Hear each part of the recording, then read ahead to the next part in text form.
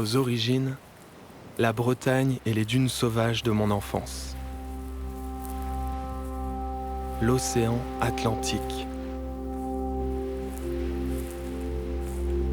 L'appel de l'inconnu et des grands espaces est aujourd'hui de plus en plus prédominant. Un besoin permanent de retour à l'essentiel.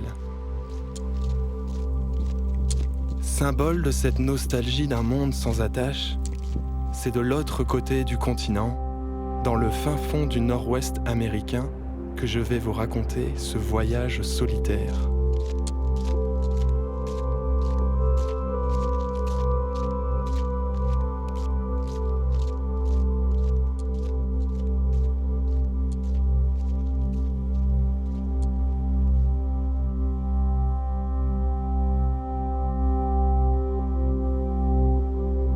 À peine arrivé sur le nouveau continent, la nature et les grands espaces m'appellent déjà.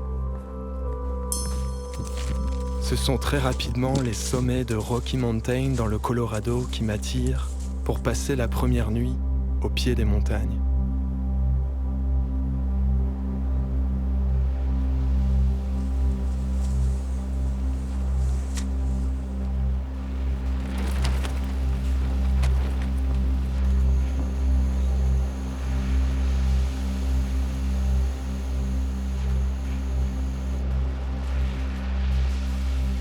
Un bivouac sous les étoiles accompagne ces premiers instants d'isolement et de solitude retrouvée.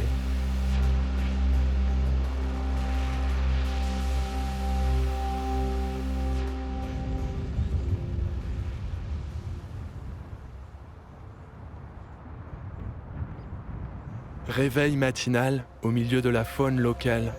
J'ai des fourmis dans les jambes au lancement de l'aventure.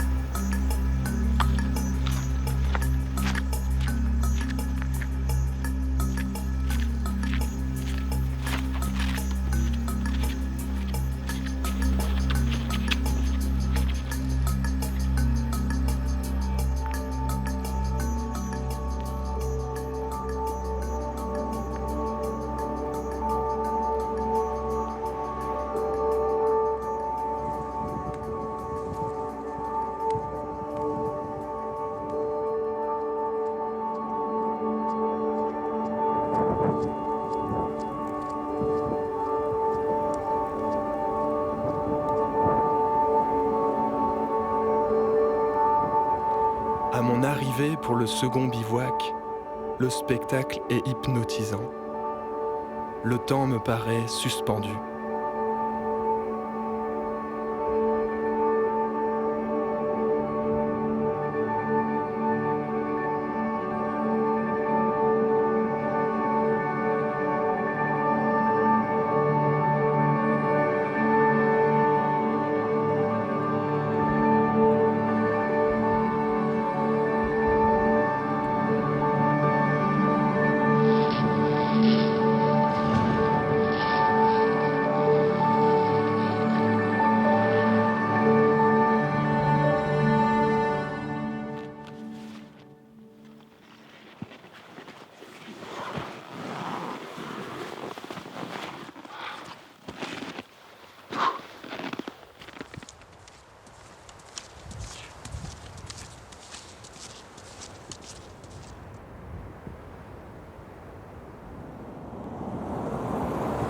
En descendant vers la ville d'Estes Park, c'est un nouveau spectacle qui s'offre à moi. Les élans ont envahi les routes.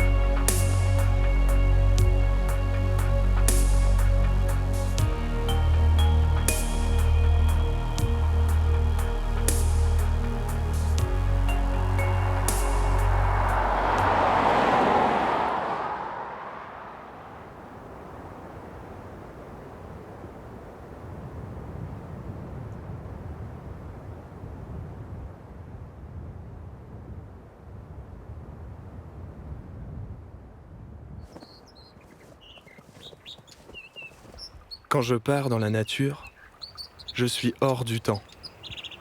Je n'ai plus en tête ni la date, ni le jour de la semaine.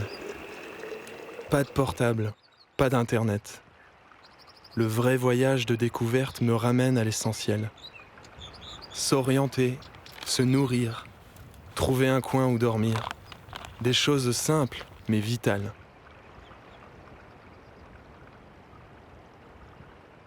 Visite inattendue pour mes premiers jours dans le Wyoming.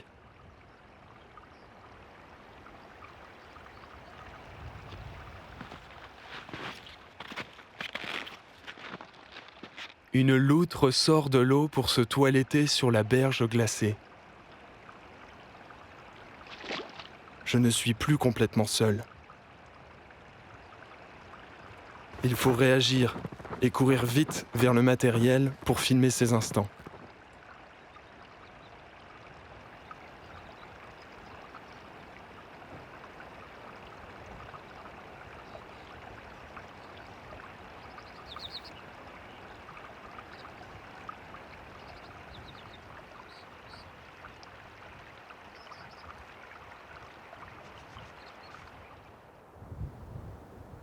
Mon corps et mon esprit se connectent à l'environnement qui m'entoure.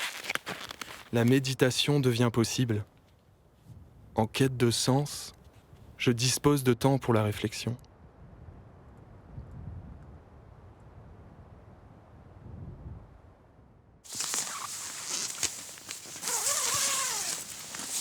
Après une nuit relativement fraîche, je plie bagages en direction du parc national du Yellowstone.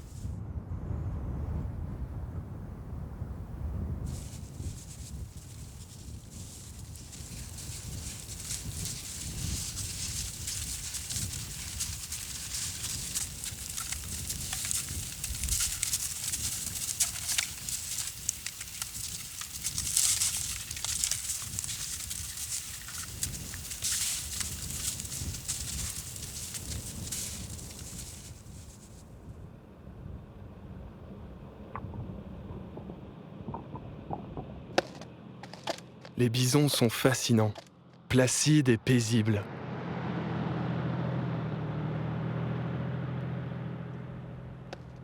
Ces mâles pèsent quasiment 15 fois le poids d'un homme.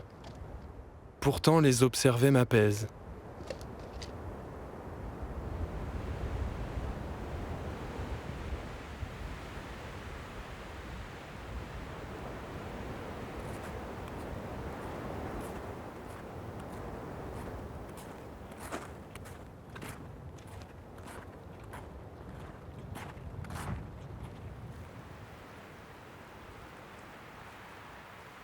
Un coyote de passage. Il ne semble pas alerté par ma présence. Couché dans les herbes, je l'observe dans le viseur de ma caméra.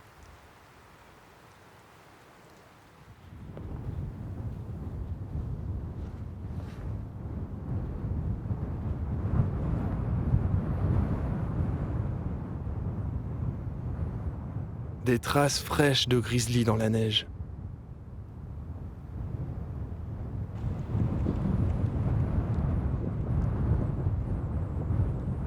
Je sais maintenant qu'ils sont déjà sortis d'hibernation. Ils doivent être affamés.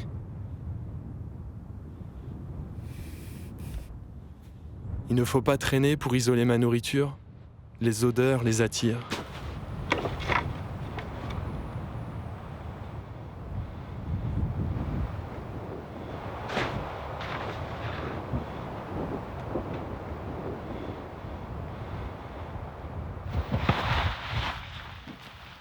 Je suis la 63e personne inscrite cette année pour bivouaquer dans l'immense parc du Yellowstone. Dans ces moments-là, il faut protéger les provisions, résister aux conditions climatiques changeantes, se faire à manger en faisant fondre de la neige ou à partir d'un petit cours d'eau qui n'a pas gelé. Il faut aussi être plus attentif et vigilant à tout ce qui se passe autour de soi. Repérer le moindre mouvement, le moindre détail changeant dans la nature.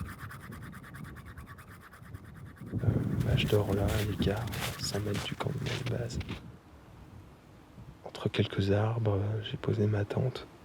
Et demain matin, je vais me lever tôt, parce que je suis près de Lamar Valley, un endroit réputé pour pouvoir observer les meutes de loups. Peut-être que j'aurai la chance d'en voir un loup à l'état sauvage pour la première fois. C'est vraiment l'éveil des sens quand on se retrouve seul comme ça, au beau milieu de la nature. C'est l'instinct animal qui ressurgit de nous-mêmes. Et c'est ça que je suis venu chercher en fait.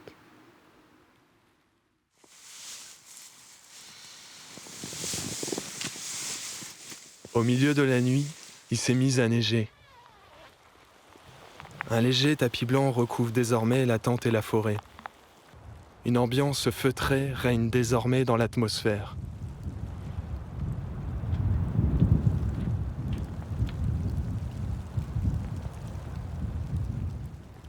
Alors que tout semble calme et enveloppant, le vent se lève peu à peu. Je l'entends déjà hurler au loin. La nature est sur le point d'étaler devant mes yeux toute sa force et sa vigueur.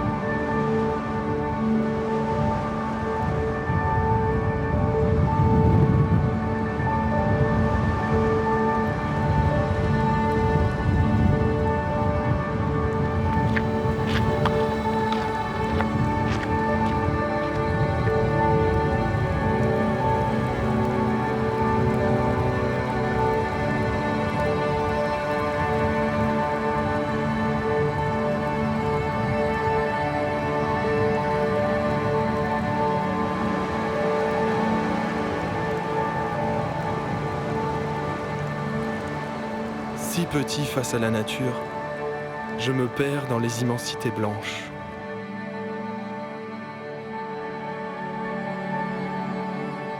Mon corps progresse dans l'espace jusqu'à ne former plus qu'un avec le paysage.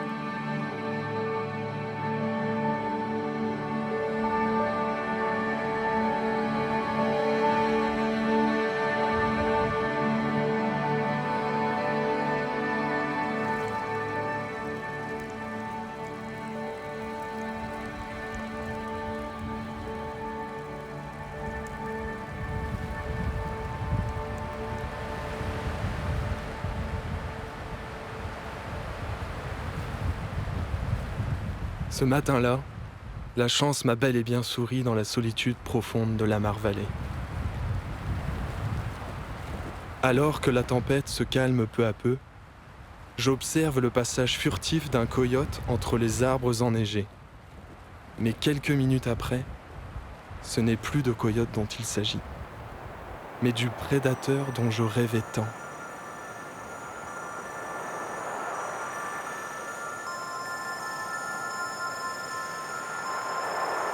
Une meute de loups.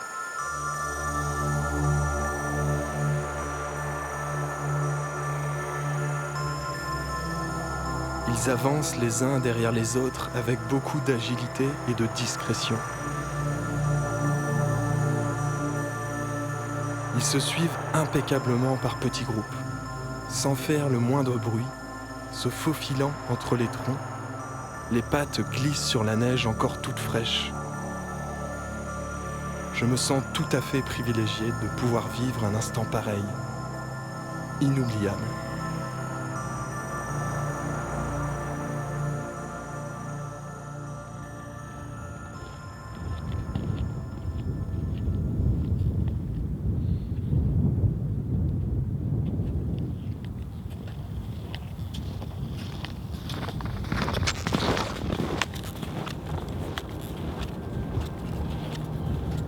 En fait, je suis remonté un petit peu pour aller voir leurs traces. Et j'ai bien pu voir un petit peu toutes les directions qu'ils ont pu prendre. Ils se rejoignaient par endroits, puis ils se reséparaient, ils se rejoignaient à nouveau. Et ça a duré comme ça sur plusieurs centaines de mètres. J'ai continué à les suivre. Et je suis arrivé en fait beaucoup plus haut, au moins 1 kilomètre d'ici, sur les collines un peu plus en hauteur. Et j'ai perdu un peu leurs traces parce que le vent avait beaucoup soufflé la neige et recouvert à peu près toutes les traces qu'ils avaient laissées.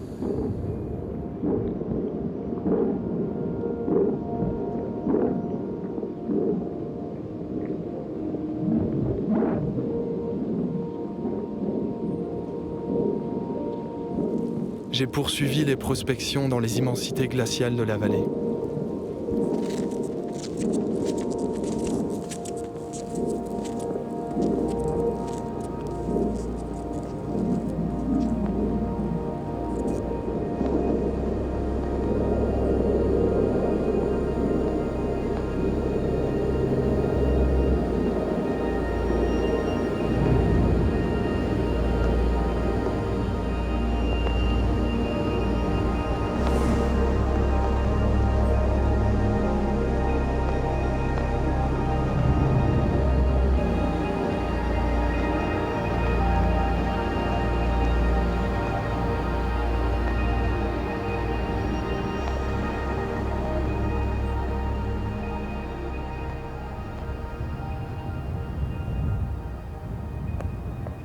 C'est plus tard dans l'après-midi, 1 heure ou 2 heures après. Alors que j'avançais un petit peu dans la colline, j'ai vu un loup paniqué qui commence à partir un petit peu en contrebas au travers de la végétation. Puis 1, 2, 3, 4, 5, et en fait toute la meute était là. Et ça a lancé une panique générale. Il y a plus de la moitié du groupe qui est parti sur la droite et 2-3 autres individus qui sont partis à l'opposé sur ma gauche.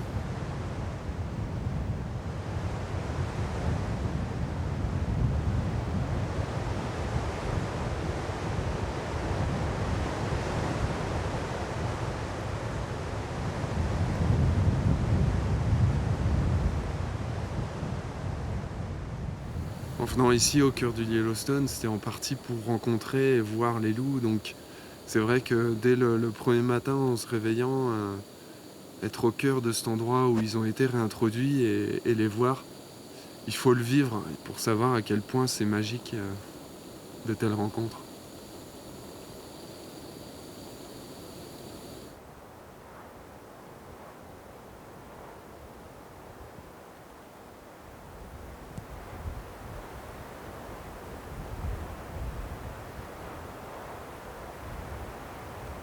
Le chapitre du Yellowstone se ferme pour laisser place à celui du Montana.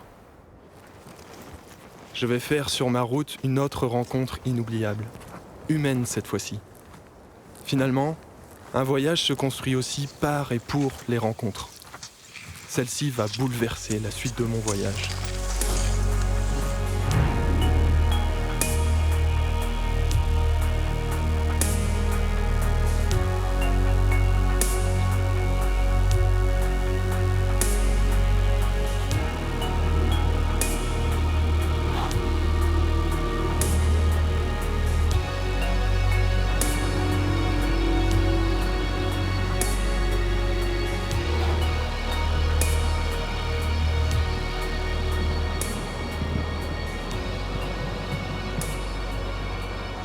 Keir Atherton. I'm 29 and from Trigo, Montana.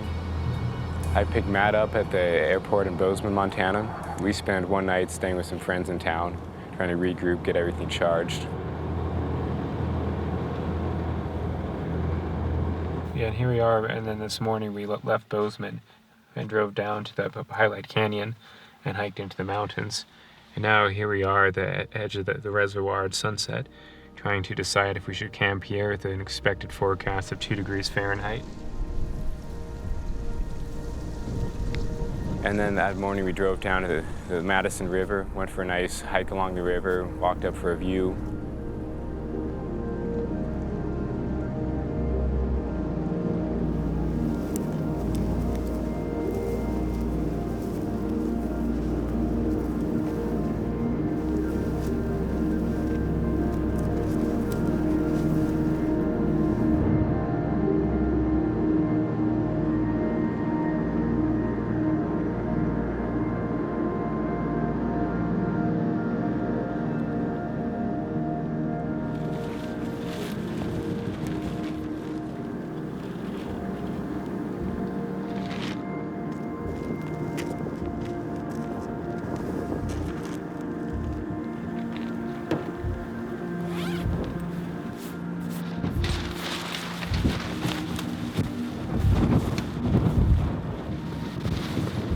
Look behind you, that's going down now. I like to recycle when I make fires. We got a free phone book here. It's local Big Sky country. Unfortunately, this technique doesn't work for backcountry camping. Let's get out here.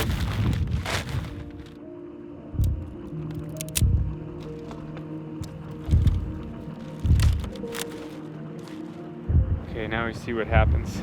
It's pretty windy.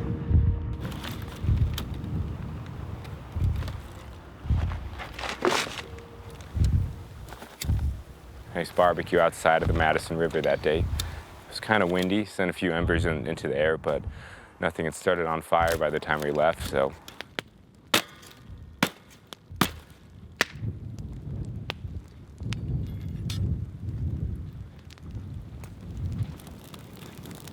And then we drove past Norris Hot Springs. You know, the road kind of parallels the Madison River, and then we made a stop in Pony Ghost Town, where we spent the evening filming. Kind of an interesting old town, not much open anymore, just some old dead buildings.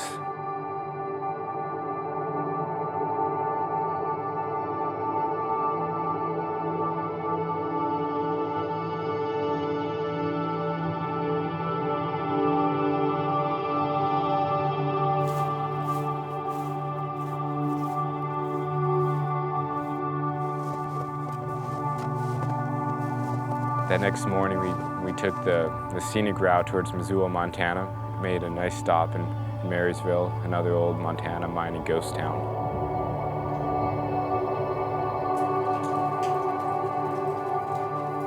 No one really in the town, some old people were driving past waving at us, but we were able to just walk around in and out of the buildings. There are no warning signs, no trespassing signs, really accessible.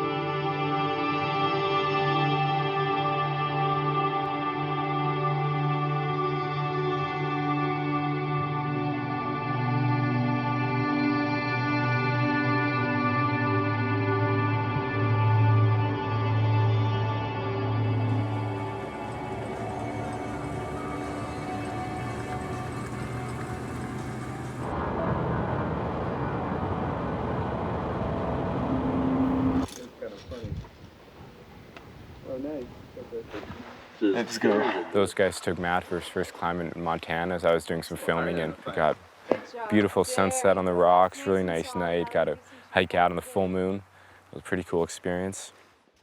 Okay. Small break. Yeah, sure. You ready to come down? Yeah, I'm going down. Uh-huh. Okay. Excellent work. Thanks. Nice job. Good job.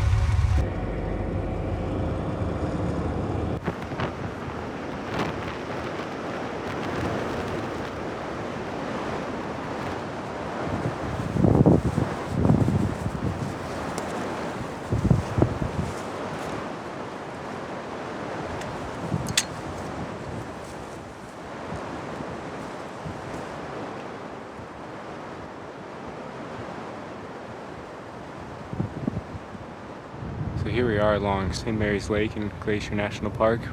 We're hiking out of the Rising Sun campground over there. Looks like it'll be a nice drive, but the road's closed. And we're gonna head out and planning on heading north as far as we can head north, maybe check out Chief Mountain and then try to make it into Many Glacier if we can. Yeah, we had a talk with the ranger earlier, so we need to stop by the office and try to get the camping permit we haven't had yet. But shouldn't be any problem. We're the only ones in the side of the park right now, I think. I think the ranger was surprised to see us, and I think he was just glad we're still alive. Is that the impression you got, Matt? I think he was checking up on us. He knew we'd been camping and all that, so.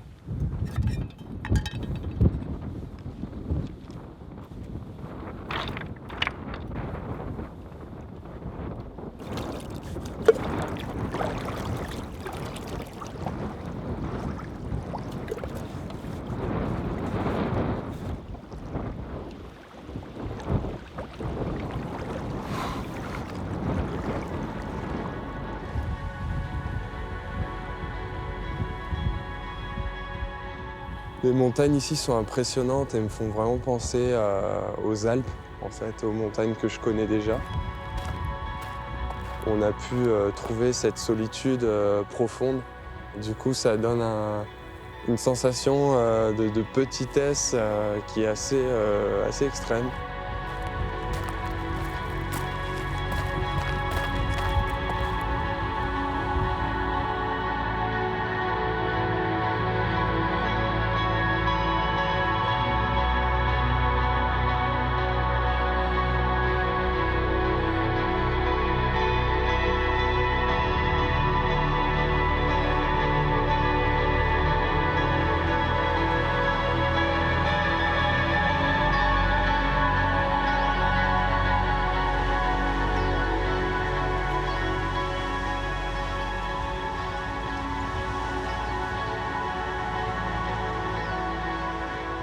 Had a really nice night there, hiked up through some pretty big snowdrifts to get a nice view of the mountains. Beautiful sunset. Matt and I were both just running around trying to get as much footage as we could.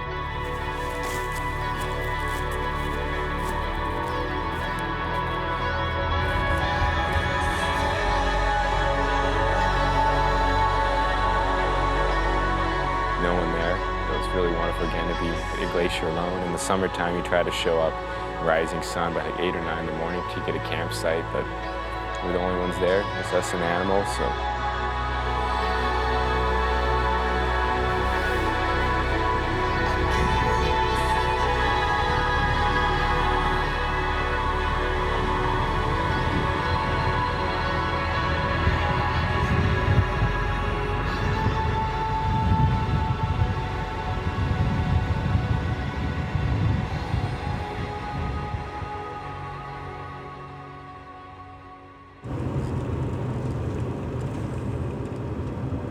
Et nous poursuivons notre route.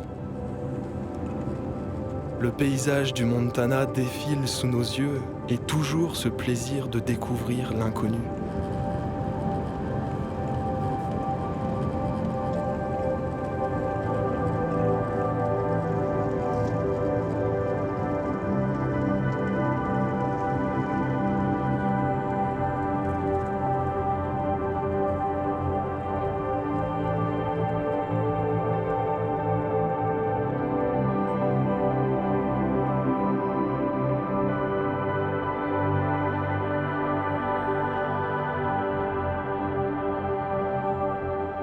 Un moment d'évasion au crépuscule vers la montagne sacrée de Chief Mountain.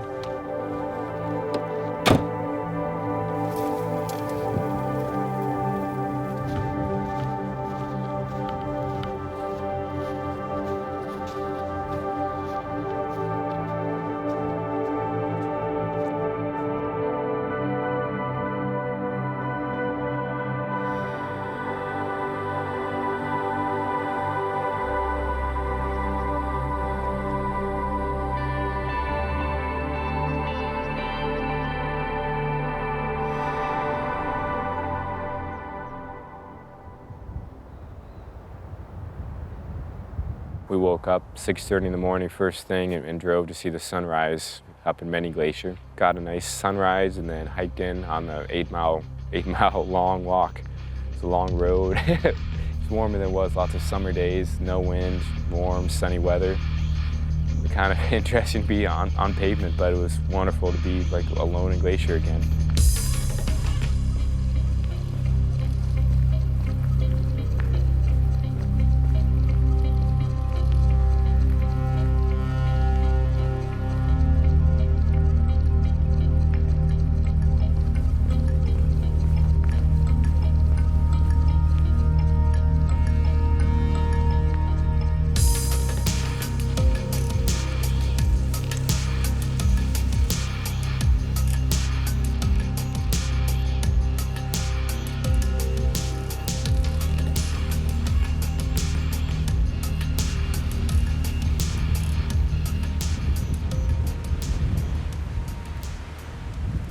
Went in, found a nice camp spot, a mini glacier, and then looked for a nice spot to film around sunset. So hiked up some rocks, through some snow drifts, found a really beautiful view, found a really beautiful vantage point.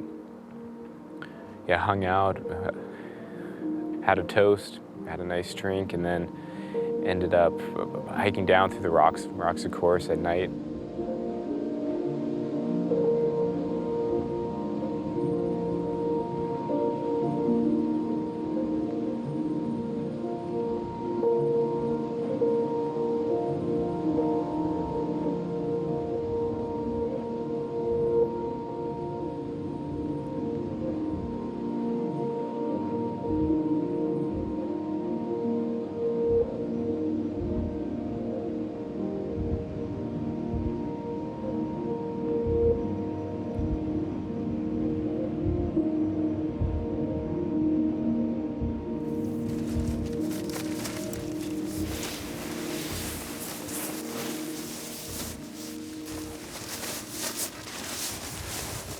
On compte même plus le nombre de fois où on installe tout, on remballe tout, ça s'enchaîne de jour en jour.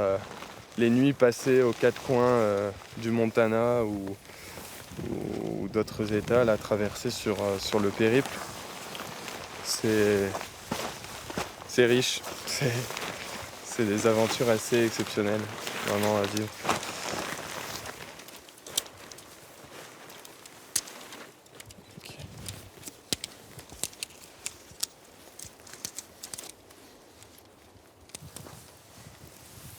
Ce matin, on s'est levé très tôt en fait parce qu'on avait observé un endroit vraiment intéressant pour observer la faune et mettre toutes les chances de notre côté pour pouvoir filmer des grands mammifères. We saw a moose exactly where we'd hoped to see a moose. It had its young, it was eating, walking through the water. It was really beautiful.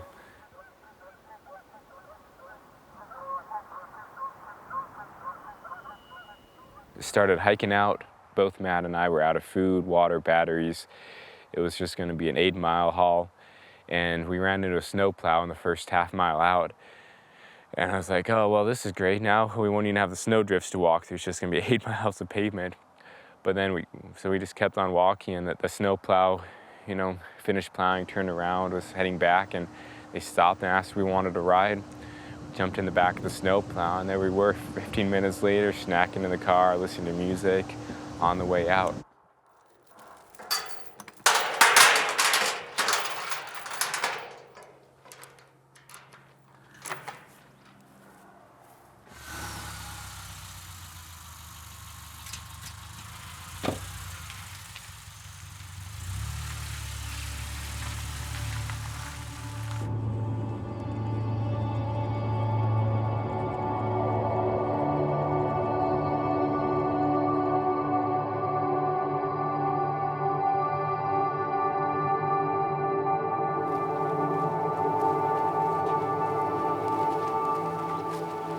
It's the second winter I've spent here. It's unfortunately not a working ranch anymore. It's just myself, a barn cat, and 2 plants, so not much living here anymore besides the wildlife.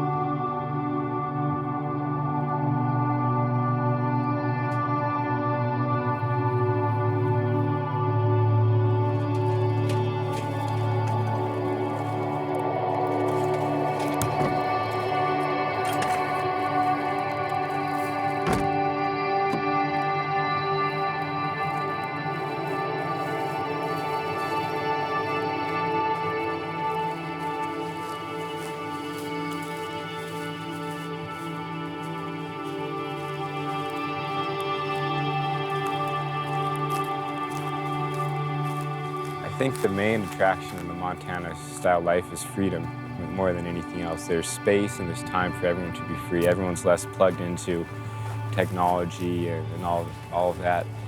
Everyone just has more spaces, you see, you know, hundreds of acres, an empty house, you know, I could live in for free. It's something that doesn't exist most places. You know, people don't make much money here, but it's a lot easier to find space, make a life, have time and the freedom to spend your time how you want without anyone interfering with it.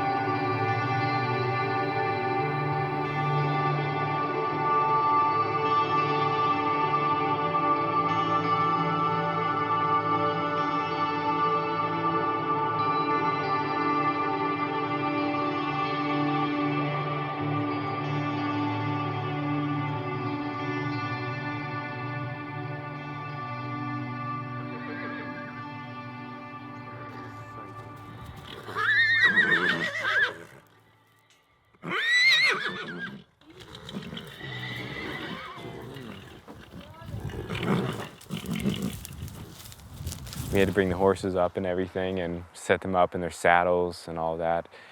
I was trying to act comfortable about things because it was Matt's first time, but really I was pretty nervous the whole time actually. Some of the horses were pretty bad and they were all acting up and no one was in control of them. Took Matt out riding.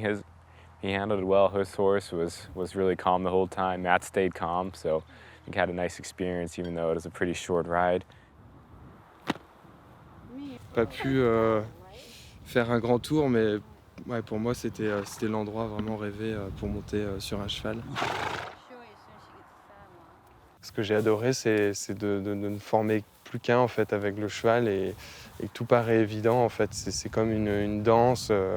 On se laisse très facilement emporter, très facilement aller avec le cheval dans ces décors somptueux, quoi, vus sur la montagne. Et ouais, c'est la liberté ici.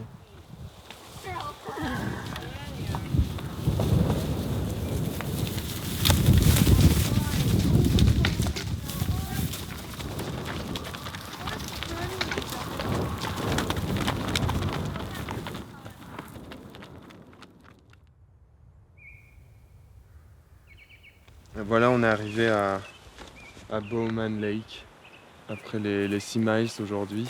On se retrouve là avec un terrain de camping où il n'y a absolument personne, encore une fois. C'est un sentiment qui est encore assez agréable, ma foi, c'est d'avoir l'impression que le parc nous appartient presque.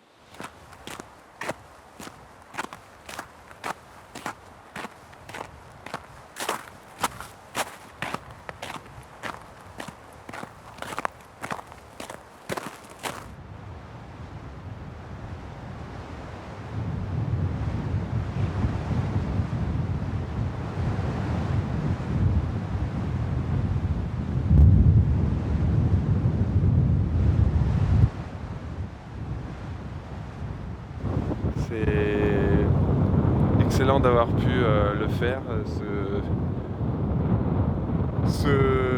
cette étape en fait vers Bowman Lake aujourd'hui dans des conditions pas évidentes. Là, ça souffle un peu moins, mais il y a des grosses rafales de vent et il neige toujours par moments. C'est complètement bouché au fond, comme on peut voir. Ouais, c'est une vue impressionnante parce qu'on devine à peine au loin les montagnes et c'est des géants là-bas au fond. C'est très calme, on est seul. We ran into the park range over here on the Polbridge side, and his one word to describe what he expected of our experience was unique. And that's something you don't hear very often in a national park visited by over 1 million people a year. So that's really been something. Heard something walking through the campground last night. I heard like one stick break and some quiet footsteps. Not sure if it was a wolf, maybe a waking grizzly bear. That's sure what it felt like. I woke up, I kind of had a weird feeling, and then heard that walking through, but of course didn't see anything and couldn't find my bear spray anyway, so that was probably for the best.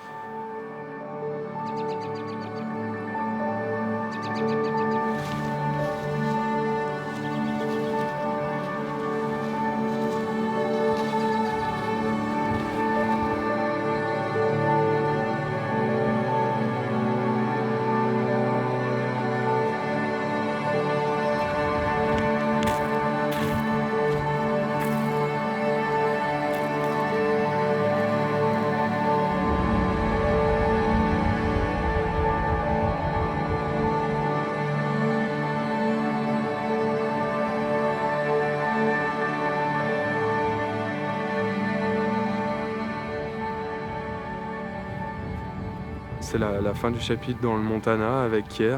On a partagé vraiment beaucoup de choses, donc ça a été très différent du début de l'aventure et de l'expérience où je recherchais la solitude extrême, donc il n'y avait absolument personne avec moi. Ici, il y avait le partage, voilà, on a créé des liens forcément, et après 15 jours passés ensemble, ça va faire bizarre, je pense, de repartir seul pour la fin de l'aventure.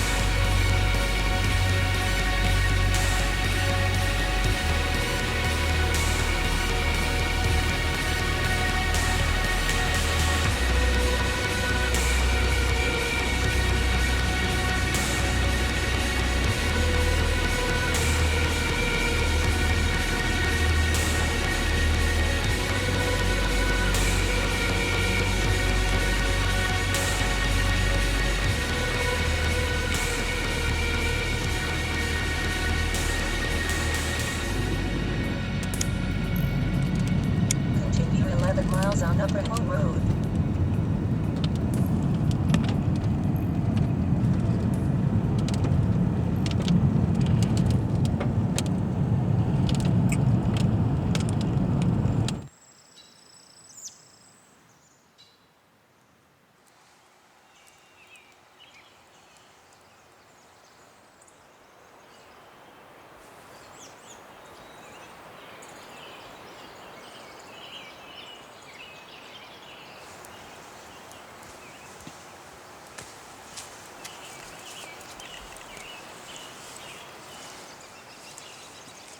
J'ai exploré la forêt humide d'Olympic National Park, à l'ouest de l'État de Washington.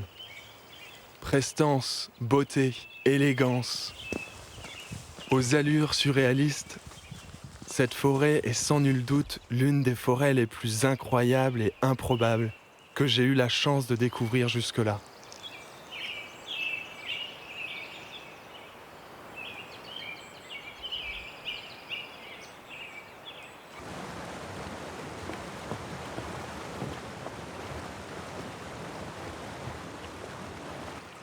Parcourir la forêt pour ressentir son âme.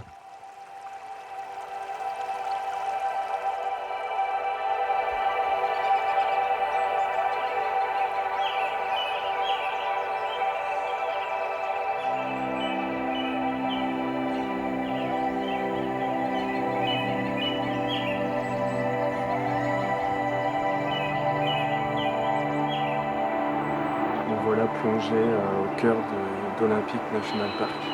Ce qui est impressionnant et intéressant, c'est ces forêts humides. C'est incroyable de voir ces arbres énormes, immenses. Toute cette mousse verte sur les troncs et les branches des arbres. Ça change beaucoup de ce que j'ai pu traverser auparavant avec les Rocheuses. Ici on a moins de montagnes, on a plutôt des collines dans les environs. L'océan Pacifique approche.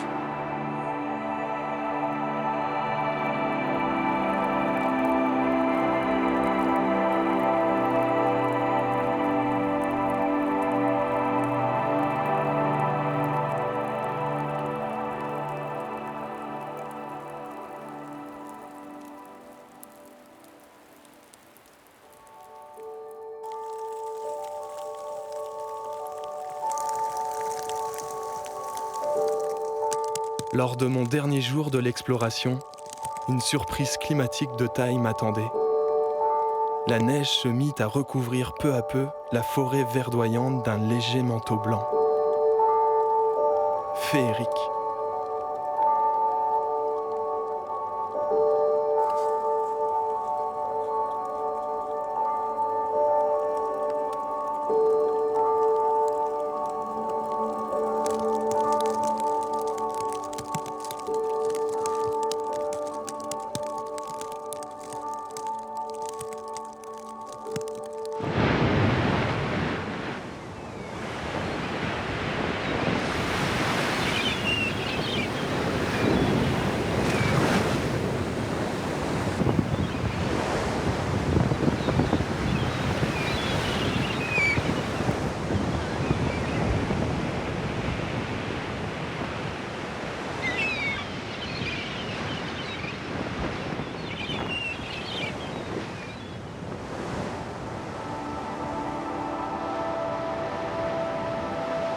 À l'arrivée, l'océan Pacifique.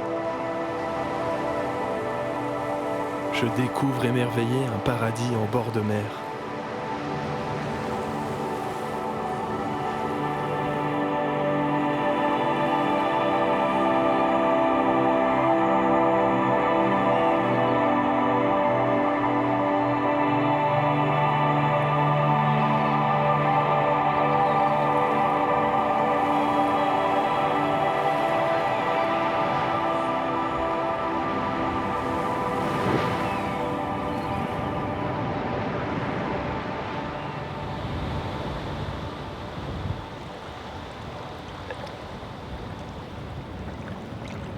Après les imposantes montagnes des Rocheuses, le plat et l'infini de l'océan.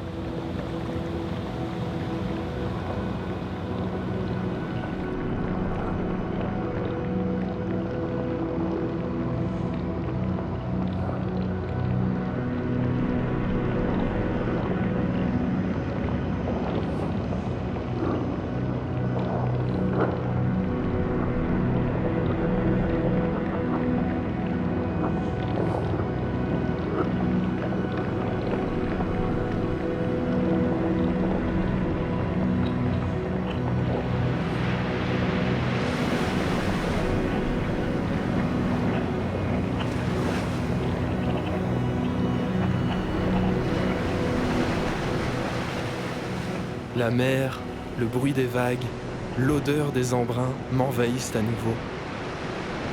L'appel des océans refait surface, comme un retour aux origines. L'évasion s'achève ici.